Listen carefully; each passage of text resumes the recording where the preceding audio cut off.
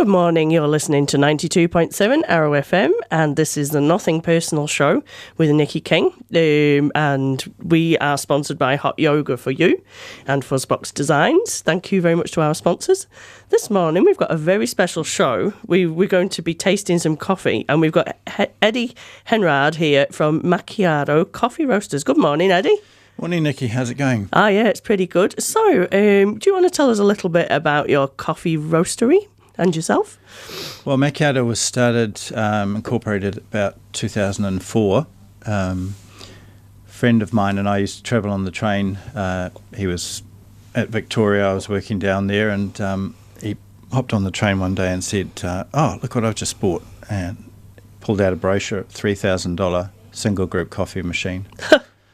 Thought he was a bit mad, to say the least.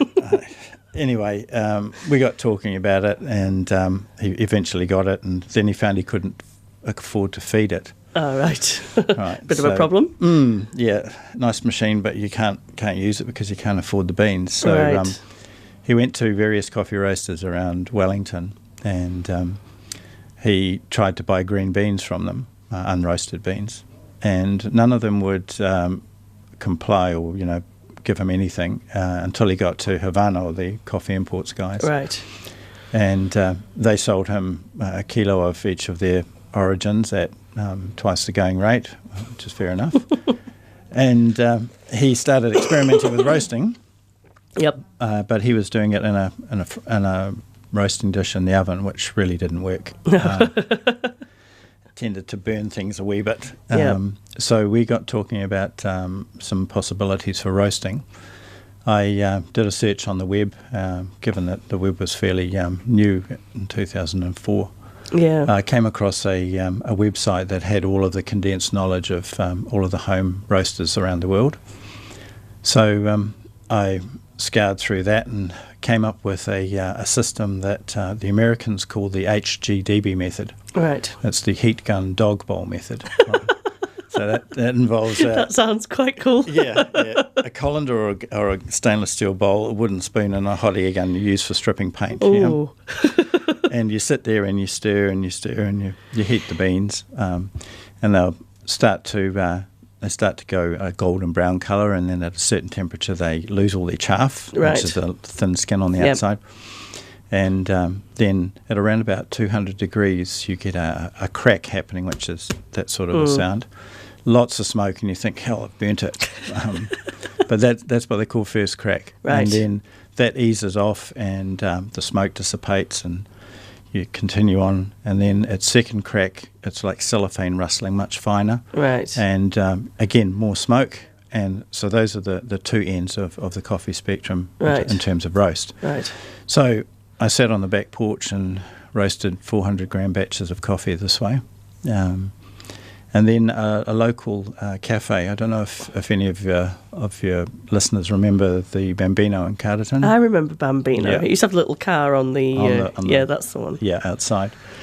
Fleur, who was running that, she was interested in a local product when she was opening, and one of her family travelled with me on the train, and so he suggested I talk to her. So we got a contract supplying Fleur at the Bambino, 400-gram batches at a time. That got a bit wearing when you're trying to roast X number of kilos a week. In a dog bowl with a dog bowl with a heat gun, sitting on the back porch. So I got in touch with a guy in Christchurch through one of the news groups on the web, who was building roasters, and he'd designed a hot air roaster which uses gas and blows hot air up through the beans. Yep. And I convinced him to build us one of those, and we started production doing 2 kilogram batches. Still doing 3 kilogram batches now. Each Right. batch is hand roasted. So my mate Damien and we set up Macchiato as a company. Right. And about a year later, he decided to move to Japan with his Japanese wife and family. So he left me with Macchiato, which I've been building up. And since then, we've supplied various cafes around Wairarapa. Currently supplying the old bakehouse just around the corner. Oh, yeah. The best coffee in town. Nice. contrary to some signs around town. I think everybody tries to claim they've got the best coffee, don't they? Yeah, yeah. But there's lots of things to look out for when you're buying coffee. So we originally started selling our beans at the farmers market, which has been going, I think, for about 11 years now. And we had an open trailer, which was fine unless you were out in the open and it was raining and it was windy. It was fine if you're undercover. Yeah. So I looked around for a trailer that would suit, and I spent a winter inside a workshop fitting that one out, and that's the one we currently use at the farmers market at the farriers on Saturdays. Oh, nice. Do you do many other places with your coffee cart? Yeah, during the summer, which of course is the busier period, we do Harvest Festival. We used to do Tikaranga Farmers Market, the Greytown Country Market. Yep. Basically anywhere where there's at least a good crowd and 1,000 people or so makes it worthwhile. Cool. So what did you do before you roasted coffee? Well, I have a degree in chemistry. I worked for an oil company. I worked for a drug company, so I was a drug pusher for a while. Had a licence. Went to the UK. Did a very brief stint at McDonald's one winter because I couldn't get a job. Yeah. Except if I went back into the drug industry, which I did.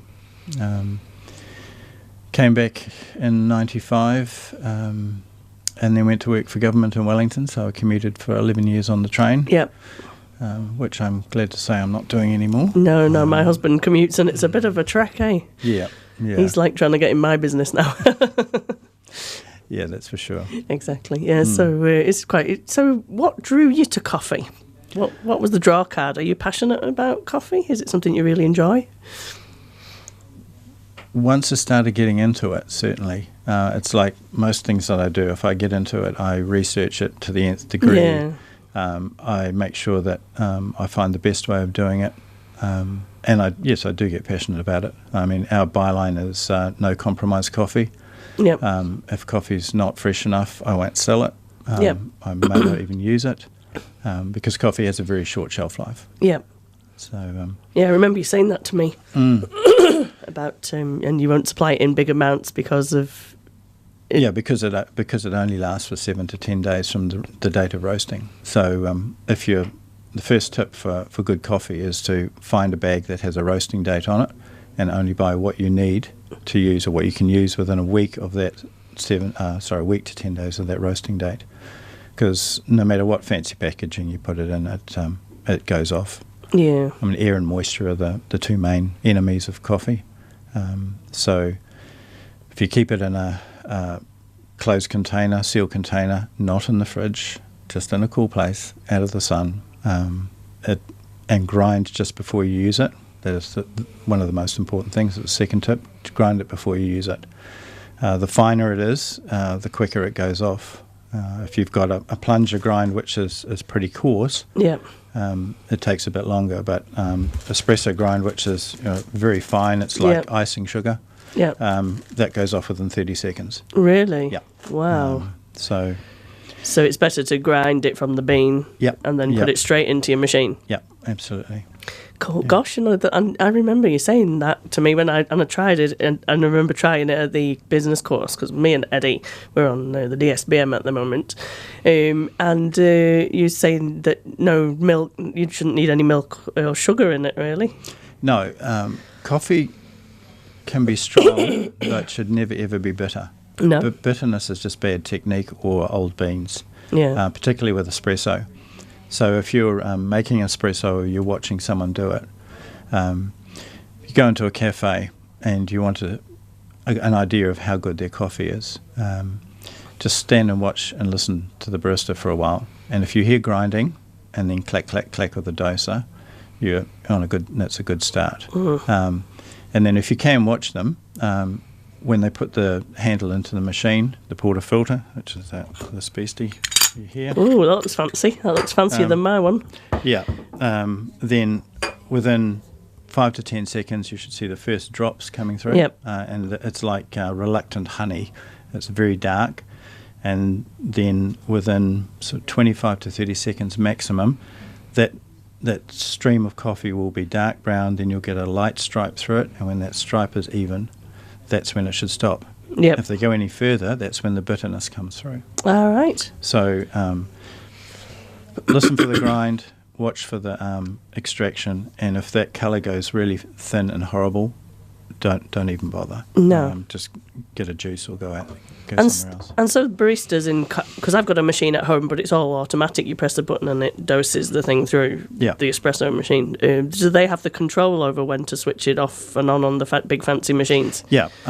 Most machines have just an on-off switch to turn the pump on and off. Some of them will have push buttons that are timers. Yeah.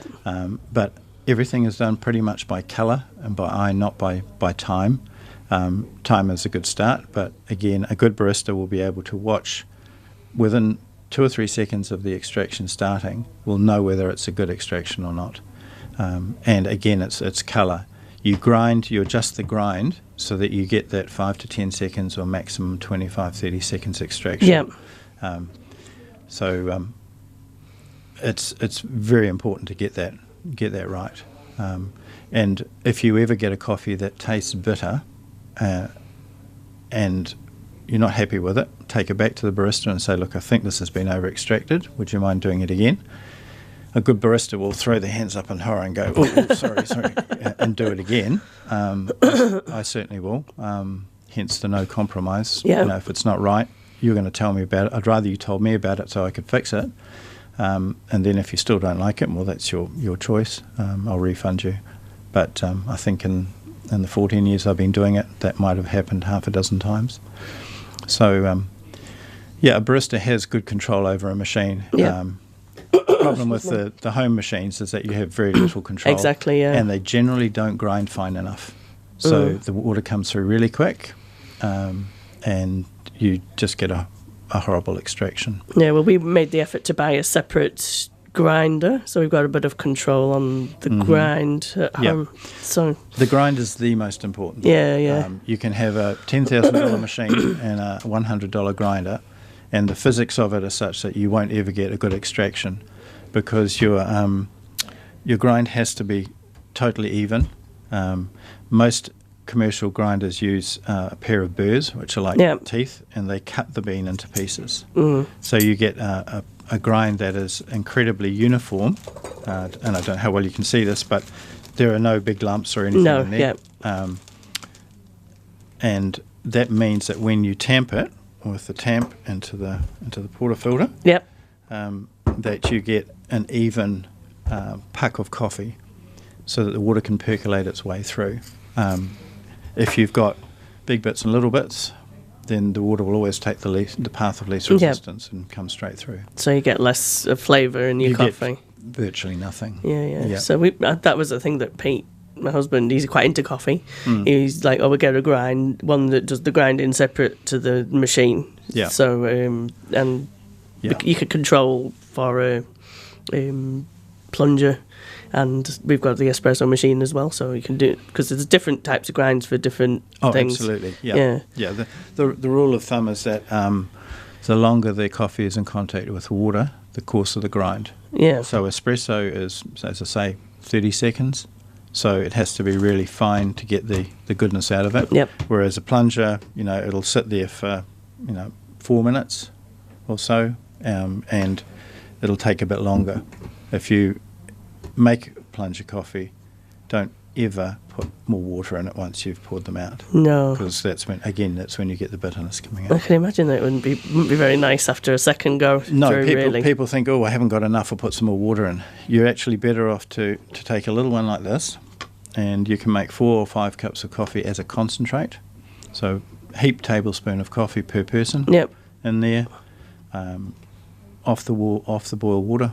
Yep. Stir it, leave it 4 minutes, stir it, plunge it, divide it out, and then dilute with water if you need to. Yeah, so you can make the long black that has got the water? Yeah. I'm still learning that. Yeah. I'll well, the different types of coffee. Do you want me to go through the that would be interesting. Yeah, Okay. because I'm still a novice at this. I got quite into coffee coming to New Zealand because it's been all tea for me in England. But it's been quite an interesting journey and getting more and more into it these days. So yeah, let's have a look at what we've got here. Okay. If you go into a cafe and you see the board there, and it'll have short black, long black, Yep. Americano, etc. The main difference is the amount of water and the amount of milk and the type of milk. Yeah. Right. So a short black is also known as an espresso, and it's usually a double shot that comes out of the machine straight into your cup, and it's usually a little demitasse cup, Yep. and that's the essence of everything. So the base of everything. So the barista might be using a portafilter that has a bottom, no bottom, or a crotchless or bottomless Yeah. portafilter, or might have one with a spout. The third tip for coffee is that everything should be spotlessly clean. I'll pick up a plunger sometimes, and you'll see the filter at the bottom is just encrusted with oily stuff, and it's like anything else. Oils go off. Yeah. And oils that sit in machines go off as well. So your short black or espresso is just your double shot usually. If you put water in the cup, if it's a normal cup up to about halfway, then that's a long black. Yep. Not an Americano, a long black. If you fill it right to the top like a filter coffee, that's an Americano. Right. I have a friend called Gay, and she likes it somewhere in between, so we call that a Canadiano or a Canadiano. Nice. I want to be American. So that's your black coffee. Yep. With your white coffees, again, it's a double shot of espresso. A flat white is just stretched or steamed milk, stretched to maximum of 72 degrees, just at the point where you can't hold it anymore. Then you've got the latte, and the latte milk is like a velvety milk that's produced when you suck a bit of air into the jug. And if you think of the soap suds, really fine, silky soap suds when you're doing the dishes, that's latte milk. And it's all about the mouth feel. It's how your lips feel when you're drinking it. So you might have a centimetre of latte milk on the top, and you're sipping the coffee through that. So it never mixes, it just sits on... It does. Whenever you're making it, you'll have, it'll be 3/4 flat white milk, so just hot milk, Yeah. and then you'll have your latte milk on right, the top. okay. Your cappuccino is, think of meringue. You can stretch milk with even more air, so that when you take a scoop of cappuccino milk out, you can turn it upside down just like meringue. And again, that should be sitting on the top, and that's usually has a bit of chocolate or cinnamon or even nutmeg Yep. if you like that sort of flavour. And essentially, those are the differences. Then you can get really fancy, and you can have piccolos, you can have upside down dirty chai. A piccolo is just a short flat white. Yep.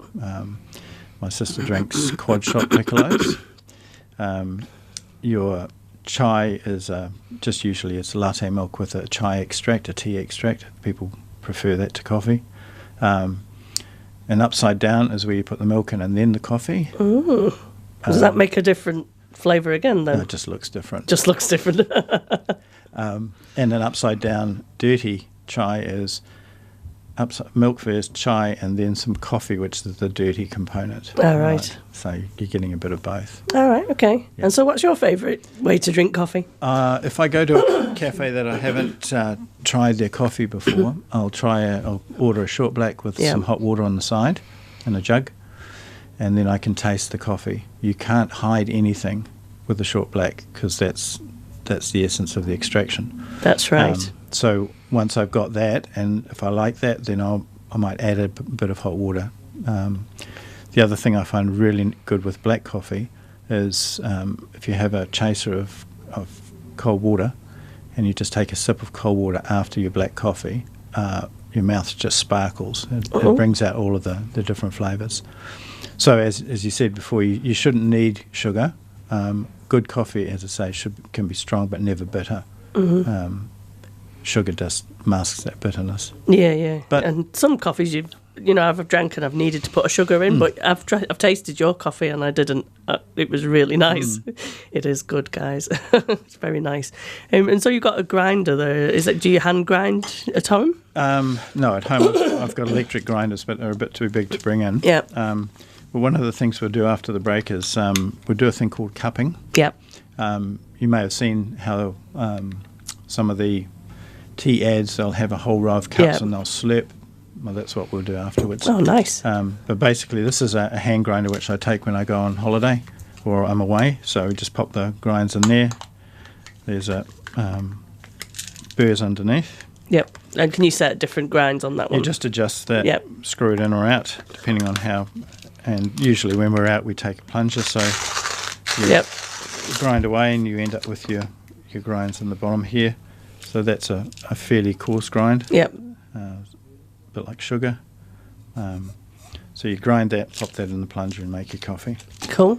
But as I was saying before, you're better off to spend $500 on a grinder and $100 on a machine because you'll get better coffee.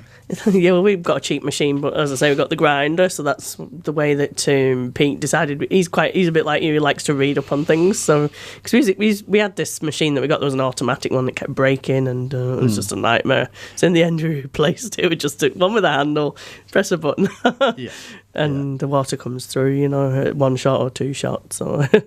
I have yet, in my experience, to find an automatic or a semi-automatic machine, push-button one, that gives you a half-decent coffee. Yeah, no, it doesn't. It just doesn't seem to work. No. The technology is such that now building robot baristas. Yeah. I'd be intrigued to see how well they do. Yeah, too. And Pete was, when we were looking at it, he was like, does the altitude and things, that the air pressure make a lot of difference with coffee? In as much as it affects the temperature at which water boils, can do. The Specialty Coffee Association have a set of protocols which I looked up yesterday, and it talks about using a certain amount of ground coffee in a certain volume of water. The temperature should be 93 degrees, but that should be adjusted for altitude. So you have to do a bit of research, but I don't think we're about 300 metres above sea level here, so I don't think it's going to make too much difference. I think he went off and, we've got this fancy machine, this one that you press the buttons on, is like, and we should do a grind that's such and such because the altitude. He's a bit like that. He's into computers. He's a programmer, It's all about the detail. Yeah, it's funny. There's a lot of programmers are geeks, coffee geeks. Yes. Yeah, no, he does enjoy his Americanos, long blacks, espressos. Just drinks shots of coffee. And I didn't drink coffee like that ever until we got this new machine. Actually, it's not bad at making coffee, and I don't mind a shot, an espresso. Yeah. I used to be into cappuccino, but now I can't drink them. They just feel a bit fluffy. I prefer, to taste the coffee now. Yeah, and there are various studies around now that show that black coffee in particular is actually good for your health, as long as it's Arabica or a good quality coffee. And so do you have do you just roast one type of beans, or is it a blend, or do you have different types of beans that you roast? Right from the beginning, we started roasting single origins. Yep. So coffees that come from one particular area before it became trendy to do that. So we were able to get beans from Cuba, from Bolivia. So there's a belt around the equator called the coffee belt, and either side 2 degrees, I think, is where they grow coffee. So South America, Africa, and so on is where coffee is grown. So you get the coffee as green beans like that. Oh, wow.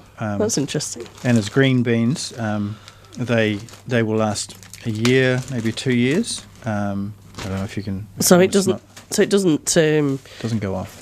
It doesn't go off at all. Oh, gosh, no. It gives this a smell then. Right. So it doesn't smell of anything in particular. No, not at all. Sorry. Once it's roasted, that's when you end up with... that's roasted to second crack, so that's... And that was roasted yesterday. Yeah. Wow, nice. Sorry. That's all right. And that's from, where did you say? This one is from Bolivia. Bolivia. So Coffee imports this directly from the Rio Mercedes farm. So it's what they call relationship coffee. It's direct from the grower. Oh, that's cool. So it's like fair trade, really. Oh, it's better than fair trade. Yep. Fair trade is a industry minimum. It's like so a minimum these are straight price. from the straight from the grower. person. So they get the premium. That's cool for the beans. The Cuban. This is the Cuban, which we'll taste later, and the Cubans grow their coffee according to altitude, or they grade it according to altitude. So coffee has to have subtropical conditions to grow and at least 600 metres of altitude, which is one reason that we don't grow much, if any, coffee here in New Zealand. So it needs to be at a certain...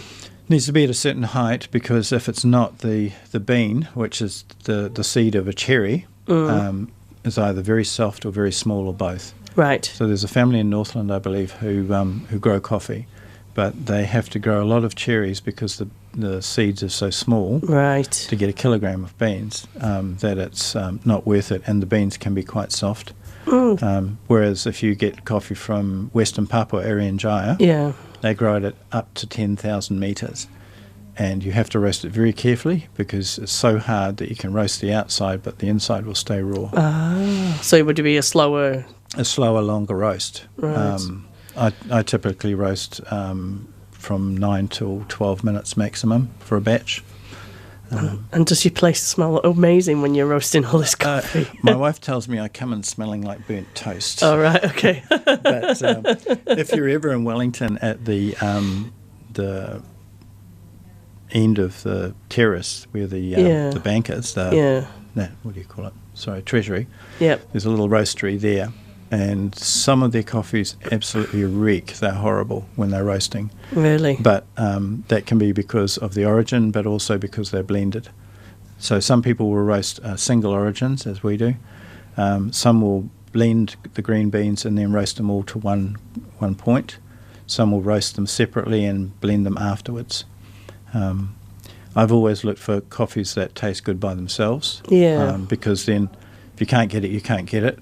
But if you've got a blend and you can't get one component, then you have to substitute, and that starts to mess up your It starts taste. to mess up your blend, doesn't it? Yeah. And they do that with olive oil. When I actually tasted different single origin varietals of olive oil, that was just amazing. So I can imagine coffee is the same. Oh, absolutely. I mean, even coffees from the same larger geographical area, like, say, Guatemala, you can have them grown in different valleys and different altitudes, and they will taste very different.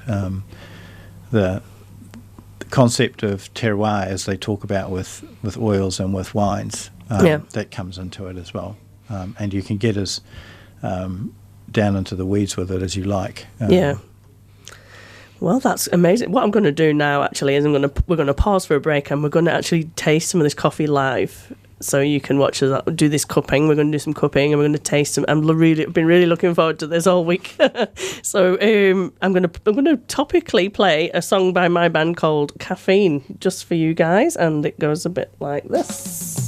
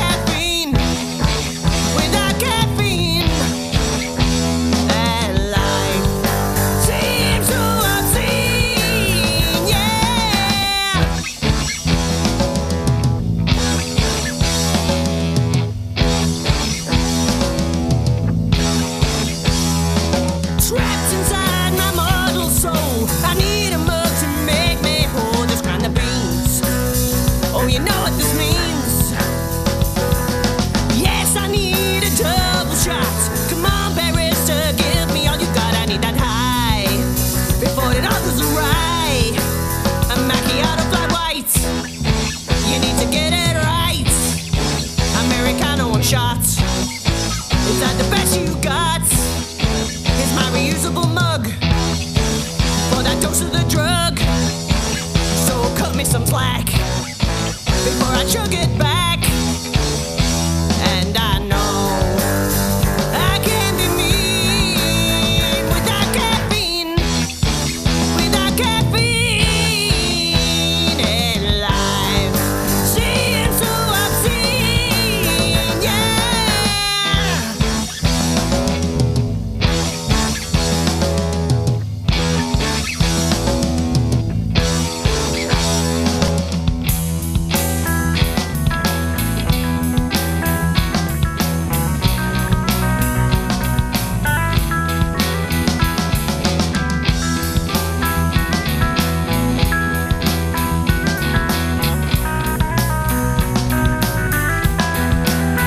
So don't come near me with a weak cup of tea before I give you a hug. You need to fill my mug. It keeps me alive. I have the will to survive. I just can't carry on until my drink is all gone. And I know I can be mean without caffeine, yeah. And life seems so obscene, yeah.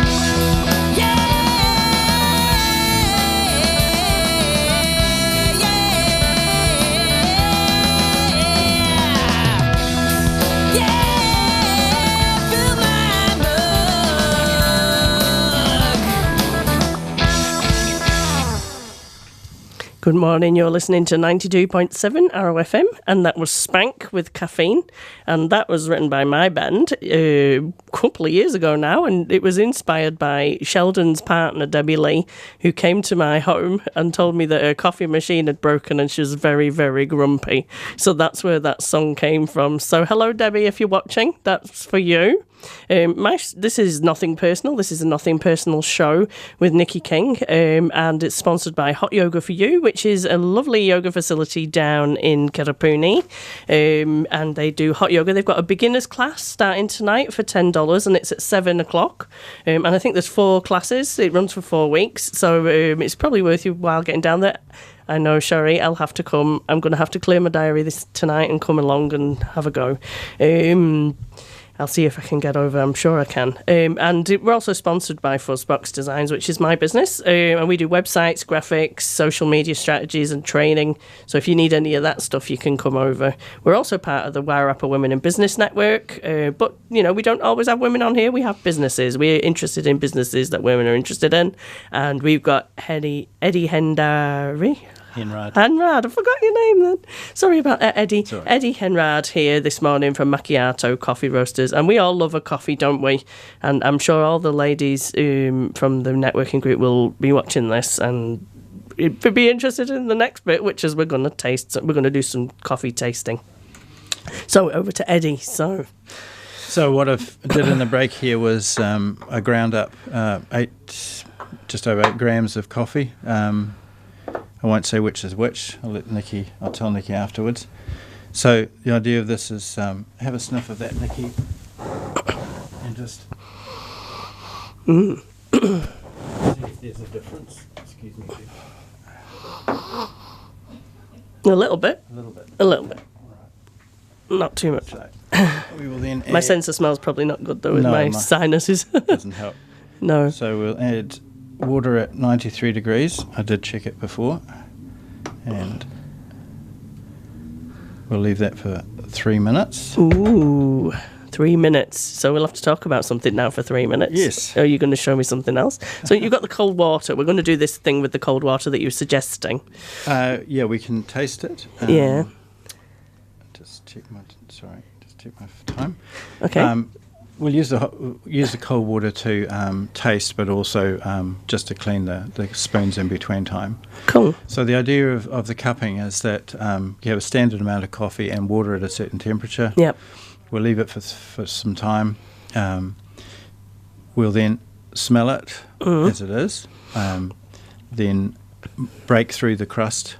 And as you break through the crust, the aromas will come through and you smell those. Nice. And just see what you can pick up in terms of flavour. And then once that's stirred a few times, you turn the spoon around and let it run off the back of the spoon and smell that. That gives you a large surface area. And once that's done, we leave that for a few more minutes, and we take the crust off, throw that out, and then we'll taste some of the actual liquor.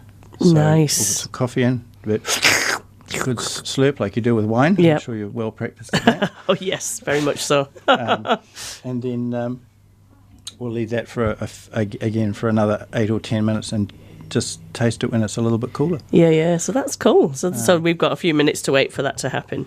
Yeah. So cool. So, So I just thought I'd show you some of the different ways that you can make coffee okay, at that's a home. very good idea, actually. So you'll mostly be familiar with the plunger or the French press or Yep. whatever. These come apart, so be sure to pull them apart. Because you can clean them then. You can get them all very absolutely clean. clean them, yep. Even if you just put some neat detergent on there, give it a good scrub with a brush. Make sure you clean it, give it a good rinse. So when you're making plunger, heap tablespoon of coffee per cup, ground preferably beforehand. Put it in, pour your water on. We've got some ground, no. Pour the water on, and you'll see that with fresh coffee, it'll fluff up, it'll really froth up. Yep. Just let it froth up, give it a stir, add a bit more water, however much water you want, and then stir it and leave it for 4 minutes. 4 minutes. 4 minutes. And you did mention before that it's off the boil water, isn't it? Off the boil Not water, like yeah. tea. Yeah. In tea where you put in the boiling water on. Yeah. No, you'll burn coffee if you use boiling water. And that will that give the bitterness off again? That will Yeah. give, it'll give a burnt taste. Many people talk about coffee being burnt. I'm still not sure what they mean by that, but It's the bitter. I think it's the bitterness. So with plunger, that's one way of doing it. I would say that's, in my opinion, the third best way of making coffee. Okay. The first is with your espresso machine.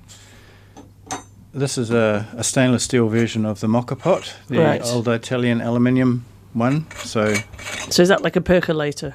No? sort of. So you put your coffee finely ground, your really finely ground espresso coffee Yep. in here. Give it a tamp. You put your water in there. Pop that in. In the bottom here, there's Another. the filter. Yep. So that's a bit like the basket in your Yep. portafilter. Screw those together. There should be a seal holding those together. Put those on a low heat, so a low gas heat maybe. And what will happen? The water will percolate. It'll be like your espresso machine but backwards. Yep. So it's So it pushing- forces it up. forces that up into the spout, and it collects in the top. So So that's that's your second best, that's is your it? second best. And then the first, my preference for coffee is espresso. Yeah. Because the machines have got the pressure and The machines give you the pressure, the temperature, the the temperature of water in an espresso machine is controlled by pressure, not by temperature. So it uses a pressure stat. So you adjust that to get your correct water temperature. Yeah. So these should be ready by now. All right, okay. So you're going to have to guide me Yeah. through. So how am I going to do this so I don't get this on the desk? I might have to come over to the other side. Yeah, come Just a sec.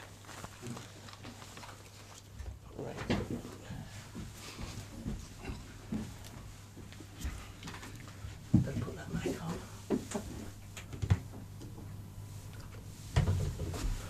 Right. So I'm now over this side of the room. I don't know whether it's picking me up yet. Hello. Yes, there we go. So I'm over here tasting coffee with Eddie. So you might have to talk. The cameras have disappeared from us. Oh dear. Hello. We're back? There we are. There we go. They keep flipping backwards and forwards. Right, okay. So we'll give that a bit of a stir and have a good good sniff of that.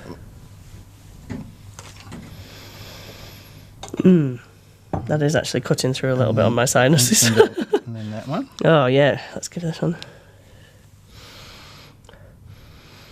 So what we'll do is we'll give that a stir.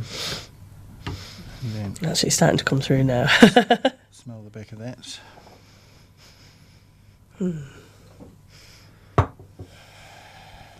it a rinse. That's very nice. And then that one. Now this is typically done when you've got a new batch or a new origin. So do you do this when do you taste it when you get it in? Yeah, if I get a new origin, and I'll cup it like this. Okay. Because it's a fairly standard way of doing things. That's cool. Okay, so we'll just take some of that liquor off. So yes, this is it's very exciting down here. I'll just check. There we go. So I get to taste it now. So just take a wee bit of this one. bit, and then just slurp it. Is that enough? Yep, it should be enough.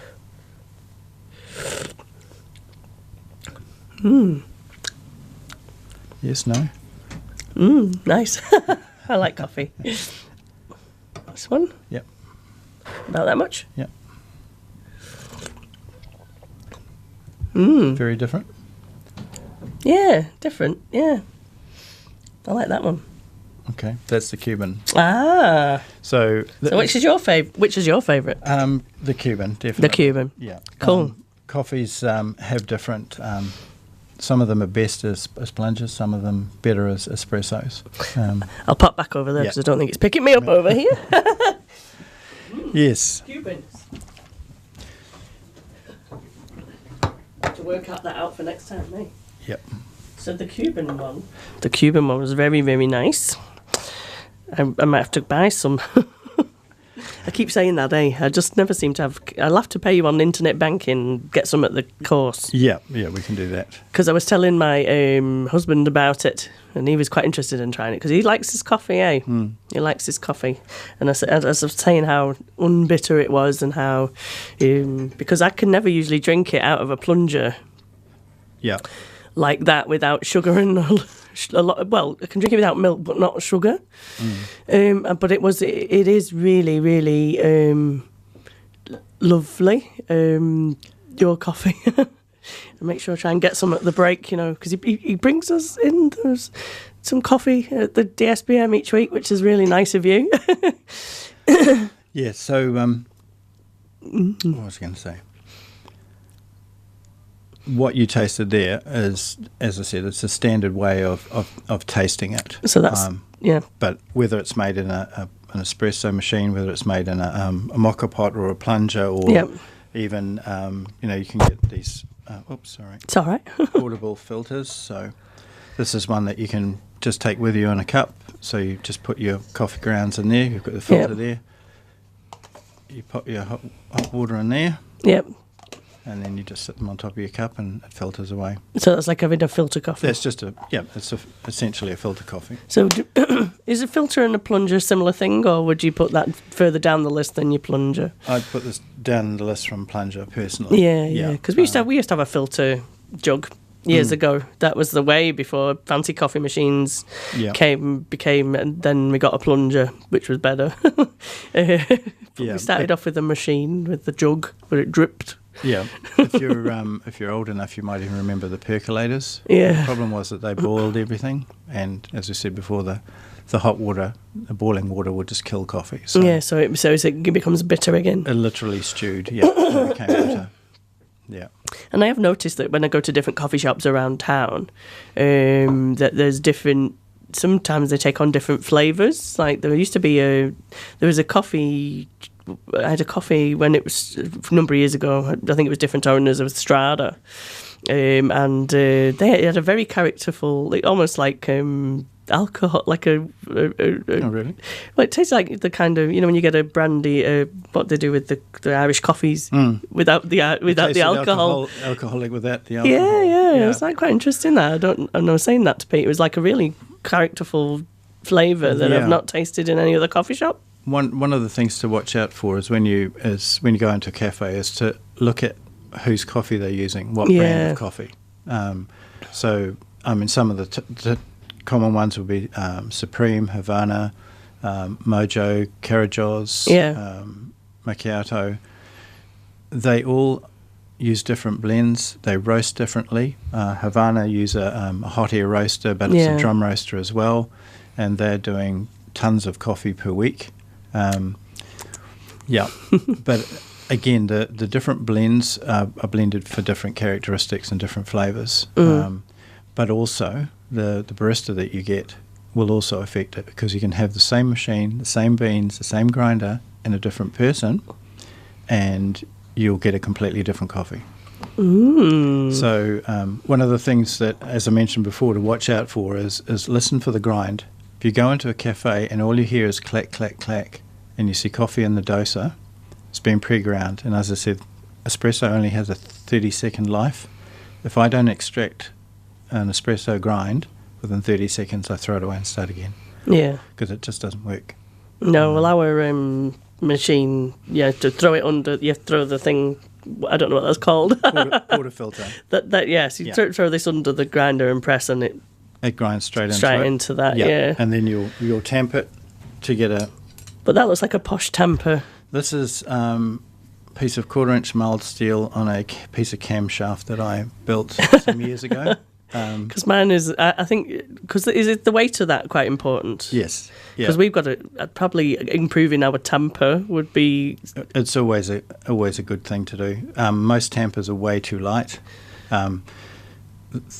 When you're tamping, the tamp should always stay the same. So if you believe that muscle memory is something, every time you tamp to the same degree. Yeah. If you need to adjust the speed that the coffee's coming out at, you adjust the grind. That's the only thing you ever change. Right, so the tamping's always... Your tamp will be different to someone else's tamp. So when you've got people working in a cafe, it's best to have one person on the coffee for a period of time so that it's consistent. Yeah, and somebody... and you swap staff, and they will use the same grind but a different tamp, and your extraction will be different. They have to adjust their grind. So is there a technique to tamping? It's fairly individual, but generally you fill the basket with coffee. Some grinders do it by time, by weight, or just by volume. You usually have a support, which I didn't bring in, so that supports and then you press down. Well, you usually leveled it off to make sure that the coffee gets right to the edges. Right. Because water, as I said, always will find the easiest way. Then you tamp to a certain pressure. I give it a slight tap to take any loose grounds, and then tamp it again, and then spin to give you a nice... So it should be quite packed. It should be packed fairly tight, but again, it depends on your grind and your tamp. And then you clean the ears off any coffee there so that it goes into the seal. So when you're sealing it up against the rubber seal that's in the machine, you get a nice clean seal. And otherwise, your water's at 9 bar pressure, which is pretty high. And if it's not up tight enough, it starts dripping around the edges and you have to start again. Yeah. And then you wait for the drip, 5 to 10 seconds from switching the machine on, and then watch the colour, and then stop when the colour evens out. So I've learnt this morning that I need to get a better tamper because we're using a plastic one that comes with a coffee spoon. Doesn't work. No. So we need something fairly substantial. We'll find you another one. Yeah. So that's what we need to do. We need to get a better tamper. So yeah, because that's the only thing we're missing out of our kit now in our coffee. And I bought the coffee machine because my clients like coffee. So and it's a good thing to give to people. So if people are interested, they've seen me taste it and you taste it, and you're obviously very knowledgeable about coffee. If they want to come and buy your coffee, how would they come and find you? Have you got a website? I've got a website, but that's under reconstruction at the moment. But our Facebook page, which I'll post a link to. Yeah, so if you go to Nothing Personal later, we'll post it on there for you. Yep. We're at the Farmers Market at the Farriers car park every Saturday from 9 till 1. Yep. And if you want beans, we can either drop them off in town or we can post them anywhere you like around the country. I sometimes post to Holland, to Germany.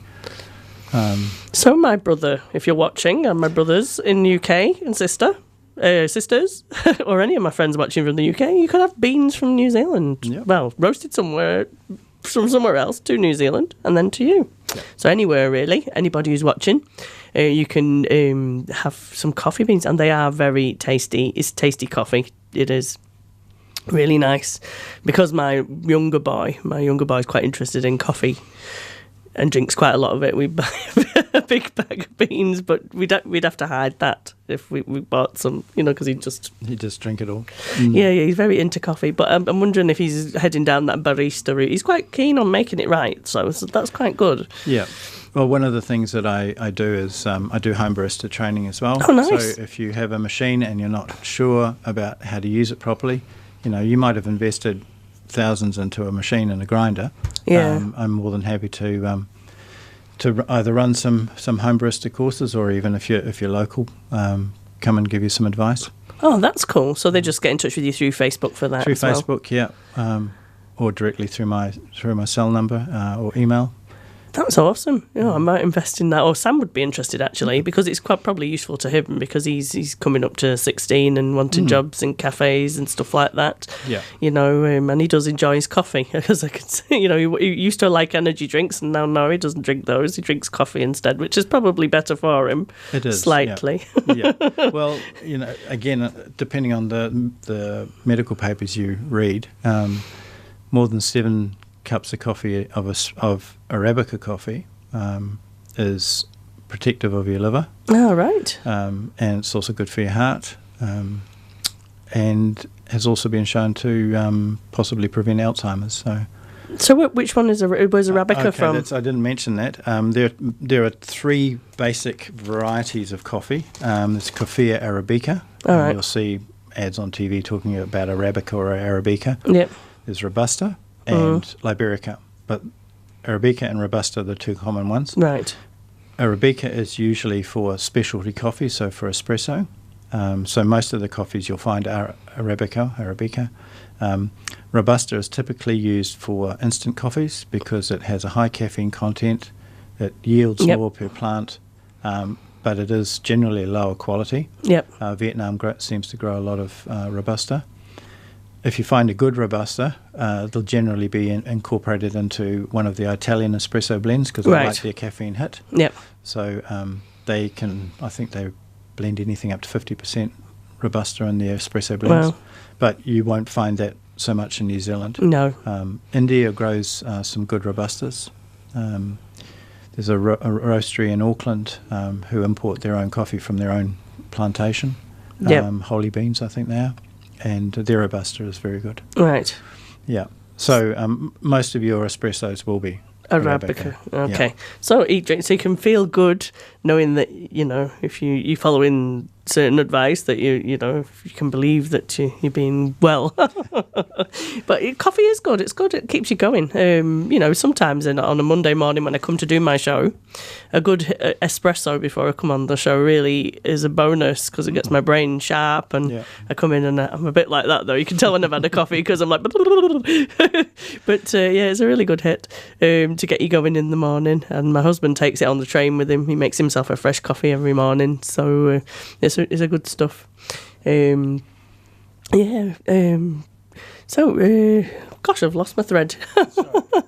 We haven't got very long left, actually. We've got 6 minutes. So I'll just come to some of these notices that people have sent to me on the Women in Business group, just a bit of news about what's going on there. I did have it all queued up like I did last week, and like last week I've lost the post. So, AD, who's from Marty Girl, hello, good morning AD, if you're watching. She's just sent some of her Burnside Bloke Beard Balm and Gladstone Gal Chalk Charcoal Clay Mask up to Nadia Lim.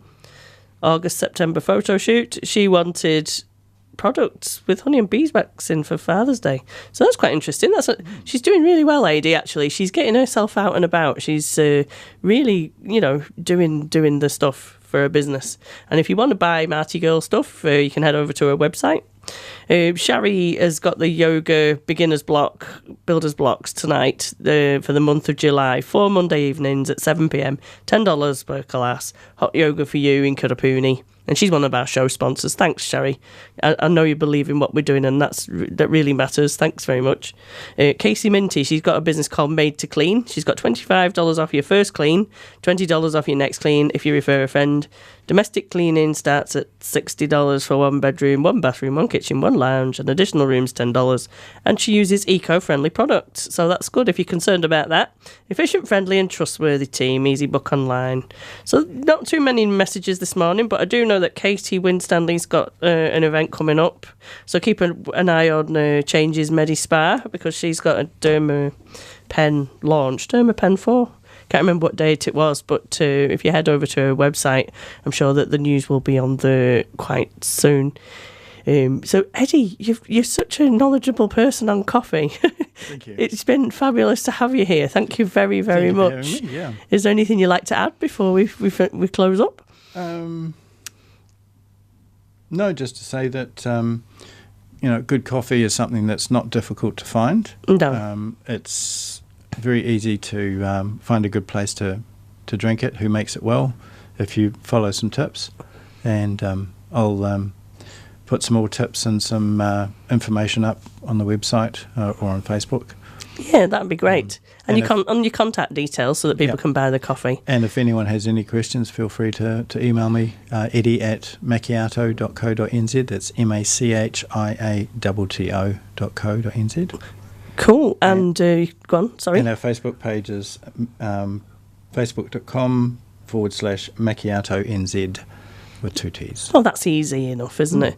Yeah. And, he's very generous with his knowledge there, and you can learn how to make proper coffee, which is good. And it does make a difference having your grinder and your separate machine, so I'm feeling good about that. Good. That's made me feel very good. And he's at the farmer's market on a Saturday. Does anybody else stock your beans around Wairarapa? Apart from the old bakehouse, no, not at the moment. Not at the moment, no. Okay. Oh, so you can go to the old bakehouse, get a really good pie and a really good coffee, because the pies are pretty superb there. Yep. They even make bespoke pies if you like them. Really? Yep. If you let Ropey know beforehand, she'll make a bespoke pie. Because I used to be Frank is a drummer. He was in the brass band with me for a little while. Oh, really? Yeah. No, Frank is a drummer. Frank Bain? Yep. Yeah. No, he used to play in the brass. He played in the brass band for a couple of years. I think he had a drum corps there once. So head over to Frank, say hello, and I can't remember the other person you just mentioned. Ropey, Anna and Kate. Yeah, and have a coffee and a pie. So you've been listening to Nothing Personal. And thank you, Eddie. Thank you, Nikki, for coming along. You've been listening to Nothing Personal on 92.7 ROFM. This will be available as a podcast if you've just tuned in and you want to listen to it again on iTunes or on the ROFM website. You can also watch us on Wairarapa TV.